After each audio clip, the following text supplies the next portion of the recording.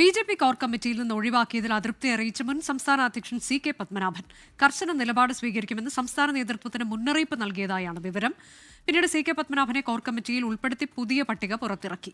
21 പേരുടെ കോർ കമ്മിറ്റിയാണ് പ്രഖ്യാപിച്ചത്. 2 മണിക്കൂറിനുള്ളിലാണ് സി.കെ. പത്മനാഭനെ കൂടി ഉൾപ്പെടുത്തിയ പുതിയ പട്ടിക ഇറക്കിയത്. അലക്സ് റാം മുഹമ്മദ് വിവരങ്ങളുമായി. അലക്സ്, ഒരു പട്ടിക പുറത്തിറക്കിയതിന് വലിയ അതൃപ്തി ഉണ്ടായിരുന്നു. അതിനുശേഷം രണ്ടാമത് പട്ടിക പുറത്തിറക്കുമ്പോൾ അവിടെയും അതൃപ്തി. അത് ഒരു ആളുടെ കാര്യത്തിലെങ്കിലും പരിഹരിക്കപ്പെട്ടു എന്നാണോ? അനുജ, കോർ കമ്മിറ്റിയുമായി ബന്ധപ്പെട്ട് ബി.ജെ.പി 21 പേരുടെ ജംബോ പട്ടിക പുറത്തിറക്കി. 2 മണിക്കൂറിനുള്ളിൽ ആ പട്ടിക തിരുത്തുന്നു എന്നുള്ളതാണ് ഏറ്റവും പ്രധാനപ്പെട്ട കാര്യം.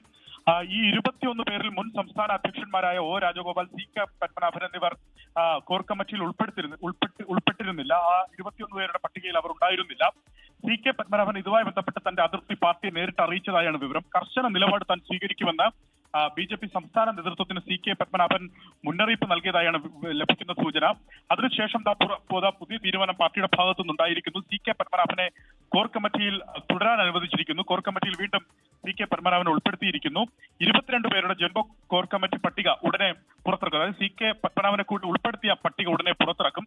അപ്പോഴും പട്ടികയിൽ നിന്ന് പുറത്തായവർ ഉണ്ട്. ഒ രാജഗോപാൽ പട്ടികയ്ക്ക് പുറത്താണ്. അദ്ദേഹത്തിന് ഒരുപക്ഷെ പ്രായം പരിഗണിച്ചായിരിക്കും എന്ന് ബി.ജെ.പി വിശദീകരിക്കുന്നുണ്ട്.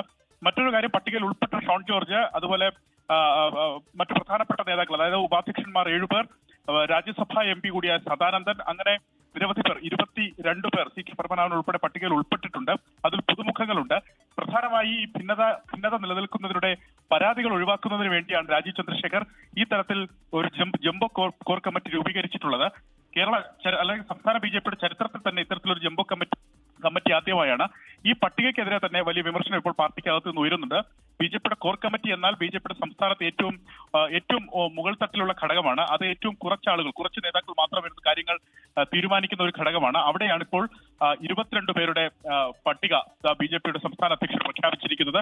അതിൽ തിരുത്തൽ വരുത്തിയിരിക്കുന്നു 2 മണിക്കൂറിനുള്ളിൽ. അനുജ, ശരി, കോർ കമ്മിറ്റി എന്ന് പറയുമ്പോൾ അതിൽ ഏറ്റവും പ്രധാനപ്പെട്ട ആളുകൾ മാത്രം ഉൾക്കൊള്ളേണ്ടുന്ന ചുരുങ്ങിയ ആളുകളുള്ള ഒരു പട്ടികയാണ്. പക്ഷേ അവിടെ 22 പേരുടെ ഒരു ജംബോ കമ്മിറ്റിയാണ് ബി.ജെ.പി പ്രഖ്യാപിച്ചത്.